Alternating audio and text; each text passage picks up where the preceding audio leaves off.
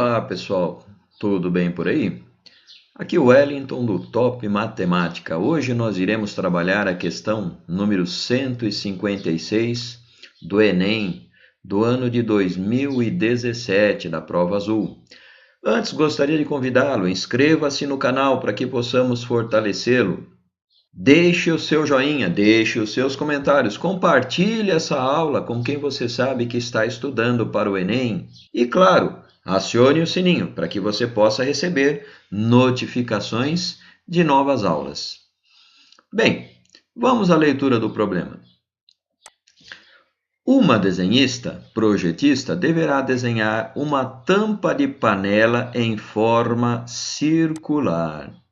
Para realizar esse desenho, ela dispõe no momento de apenas um compasso, cujo comprimento das hastes é de 10 centímetros, um transferidor e uma folha de papel com um plano cartesiano.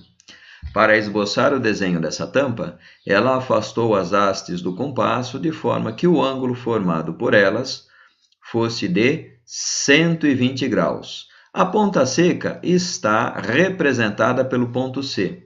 A ponta de grafite está representada pelo ponto B e a cabeça do compasso está representada pelo ponto A, conforme a figura. Vamos dar uma olhada na figura aqui. Então, eu tenho um compasso. Veja que no nosso desenho, o problema diz que um lado vale 10 e o outro também vale 10 centímetros. O problema também nos diz que CB é o raio da nossa circunferência. E esta circunferência aqui, na verdade, representa a tampa, sendo que aqui eu tenho um ângulo de 120 graus, conforme você pode ver. Nós temos que na ponta C, nesta ponta aqui, nós temos a ponta seca, enquanto que na ponta B, nós temos o grafite, ok? Bom, veja, eu tenho aqui um triângulo isósceles, dois lados iguais, e veja que a base desse triângulo isósceles é o raio da minha circunferência, ou o raio da minha tampa. Vamos prosseguir aqui na leitura. Após concluir o desenho, ela o encaminha para o setor de produção. Ao receber o desenho com a indicação do raio da tampa, verificará em qual intervalo este se encontra e decidirá o tipo do material a ser utilizado na sua fabricação. Eu preciso descobrir isto aqui. Em qual intervalo? Olha só. Tipo de material 1, 2, 3, 4, 5. Intervalos de valores do raio. Veja, eu preciso calcular o raio, ou seja, eu preciso calcular CB, que eu vou chamar de R, porque é o raio, ok?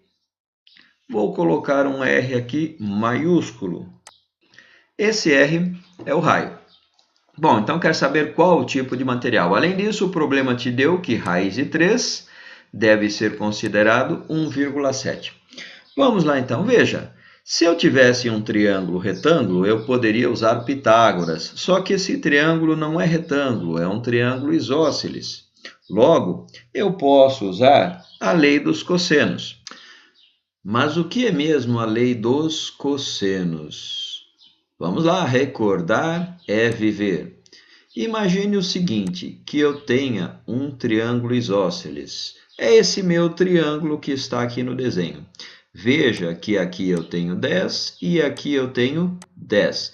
E aqui é o R que eu quero achar, sendo que aqui eu tenho 120 graus.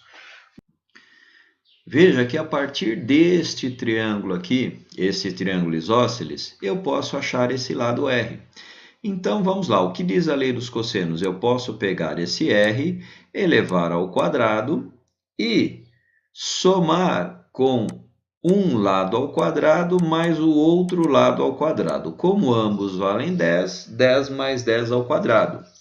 Aí, eu vou tirar duas vezes, novamente, a medida dos dois lados. 2 vezes 10 vezes 10, vezes cosseno de quem?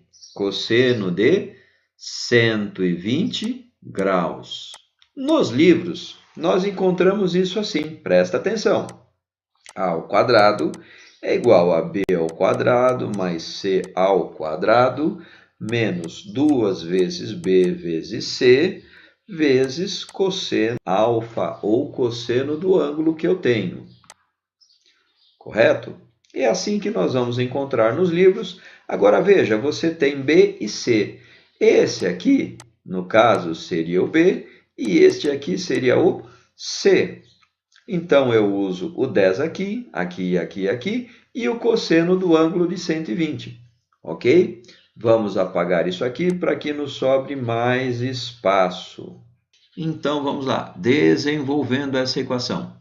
R ao quadrado será igual a 10 ao quadrado, 100, mais 100 de novo, menos. Aqui, cuidado. Aplicamos a regra de sinais. Menos que multiplicar mais, menos que multiplicar mais, menos. Então, menos 2 vezes 10, 20. 20 vezes 10, 200. Ok? Bom, e o cosseno de 120 graus? Aí nós temos que recorrer à trigonometria na circunferência. Veja, desenhei aqui o ciclo trigonométrico. Então, aqui eu teria 60 graus e aqui eu teria 120 graus, sendo que a medida do cosseno ela é medida no eixo x, que é esse eixo de baixo aqui. Esse é o eixo x. Então, quem seria o valor do meu cosseno? Seria essa medida aqui. Num ciclo trigonométrico bem desenhado, você poderia ver que o cosseno de 120 graus é igual a menos meio. Negativo, porque ele está à esquerda aqui, no nosso plano cartesiano. Claro, você também pode decorar aquela tabela de valores notáveis. Você vai ver lá que o cosseno de 60 graus é igual a meio. E aí você tem que lembrar que nós estamos falando do cosseno de 120 graus. Então, é desse ângulo aqui que é projetado do lado esquerdo. Então, o cosseno de 120 graus seria menos meio. Se você tiver dúvida com isso, eu estou iniciando os estudos de trigonometria na circunferência. Vou deixar o card aqui, bem aqui, para que você possa relembrar ou aprender tudo isso que eu coloquei aqui na forma de rascunho. Por enquanto, para o nosso exercício, você tem que saber que o cosseno de 120 graus é igual a menos meio. Então, vamos lá. Cosseno de 120 graus é igual a menos meio. Prosseguindo com as nossas contas. O raio elevado ao quadrado, 100 mais 100, 200. Agora, presta atenção. Menos que multiplica menos, mais. Vai dar 200 sobre 2, vai dar 100. Então, veja bem, aqui dará 100. E o R será igual a 300. Atenção! Veja que não é o R ao quadrado. Eu tenho que passar esse quadrado para o lado direito e ele vai na operação inversa, ou seja, raiz quadrada de 300. Para resolver a raiz quadrada de 300, nós deveremos fatorar o 300, que é o que eu vou fazer agora. Então, vamos lá. 300, eu vou dividir por 2, dá 150. Dividido por 2, dá 75. Por 2 não dá, vai dar para dividir por 3. 75 dividido por 3, 25. 25 dá para dividir por 5. 5 vezes 5, 25. Dá por 5 novamente, sobra 1.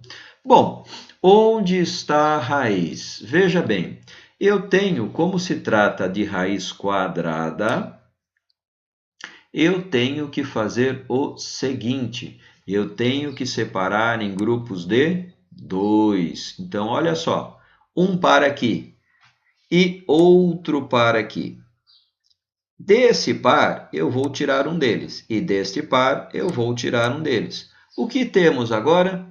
Temos o seguinte, o 3 ficou sozinho. O R é igual. Veja que o 3 permanece dentro da raiz, debaixo da raiz. Esse 2 e esse 5 eu vou multiplicar. 2 vezes 5, 10. Então, qual é o resultado? Raiz de 300 é a mesma coisa que 10 raiz de 3. Por que é que eu peguei somente o 2? Veja, dentro aqui eu tenho 2 vezes 2, 4, e a raiz quadrada de 4 é 2. 5 vezes 5, 25, e a raiz de 25 é 5. Então, eu extraí a raiz quadrada de 4, extraí a raiz quadrada de 25 e sobrou apenas o 3. Olha só que legal. Agora você já sabe por que a raiz de 3 ele quer que você considere 1,7. Você vai pegar o 10 e multiplicar por 1,7. Portanto, o raio será 10 vezes 1,7, 17. Veja, esse é o valor do raio. Portanto, o valor do raio é este aqui. Raio está entre maior que 15 e menor ou igual a 21. O material será o 4 e a resposta do nosso exercício será a letra D. Você pode marcar com vontade, porque realmente é a letra D. Muito bem, pessoal, esse era o exercício 156. Convido você, desde já, para o próximo exercício. Desta vez, eu vou dar um descanso merecido para você e um descanso merecido para mim. O próximo exercício será publicado somente em janeiro. Eu aviso quando será publicado. Grande abraço a todos e até lá!